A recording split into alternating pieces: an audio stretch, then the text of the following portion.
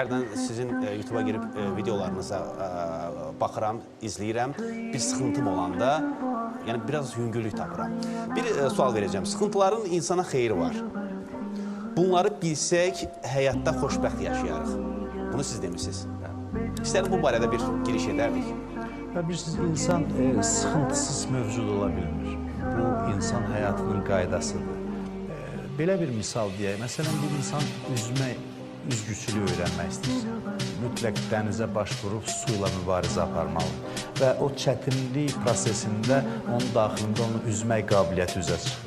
Biz üzgüçülük haqqında yüzlərlə kitab oxusaq, su ilə vuruşmasaq, çarpışmasaq biz o istedadı üzə çıxara bilməyəcəyik. Bizim daxilimizdə potensial istedadlar var. Həyat çətinlikləri o istedadları üzə çıxarmaq üçün.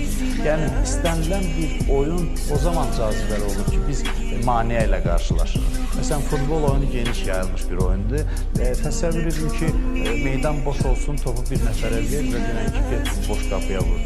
Bu, onu rahat şəkildə edəcək, amma oyunun cazibəsi olmayacaq. Qələbə çalmağın anlamı olmayacaq.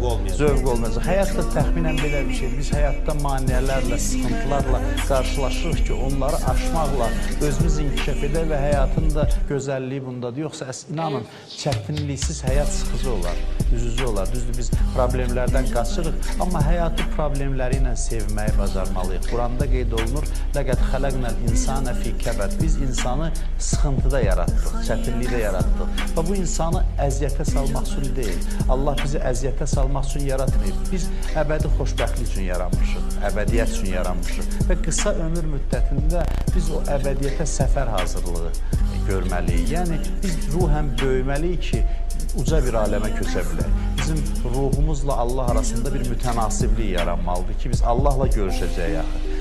Bizim həyatımızın son nöqtəsi Allahla görüşdür. Bu görüşə hazırlaşmaq üçün biz həyatın müxtəlif sınaqları ilə qarşılaşırıq, rastlaşırıq və o sınaqları ötdükcə insanda bir böyümə baş verir, mənəvi yüksəliş baş verir və yeri gəlmişkən Qurban Bayramı da elə bunun tərənnümüdür. Həzrəti İbrahim oda atılır, odda yanmır. Bunlar hamısı həm də simvolik mənalar kəsb edir. Yəni, oda atılır, ondan sonra ona qarşı müxtəlif çətinliklər, sıxıntılar olur. Övladı yeni dünyaya gələn kimi Allah deyir, onu apar, susuz bir səhrada saxla.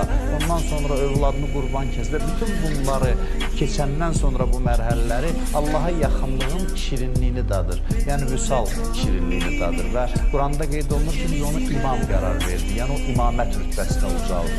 O uca bir məqama çatdı. İmtahanlardan keçəndən sonra. Həyatda biz məqsəd üçün yaşayarıqsa, ali hədəflər üçün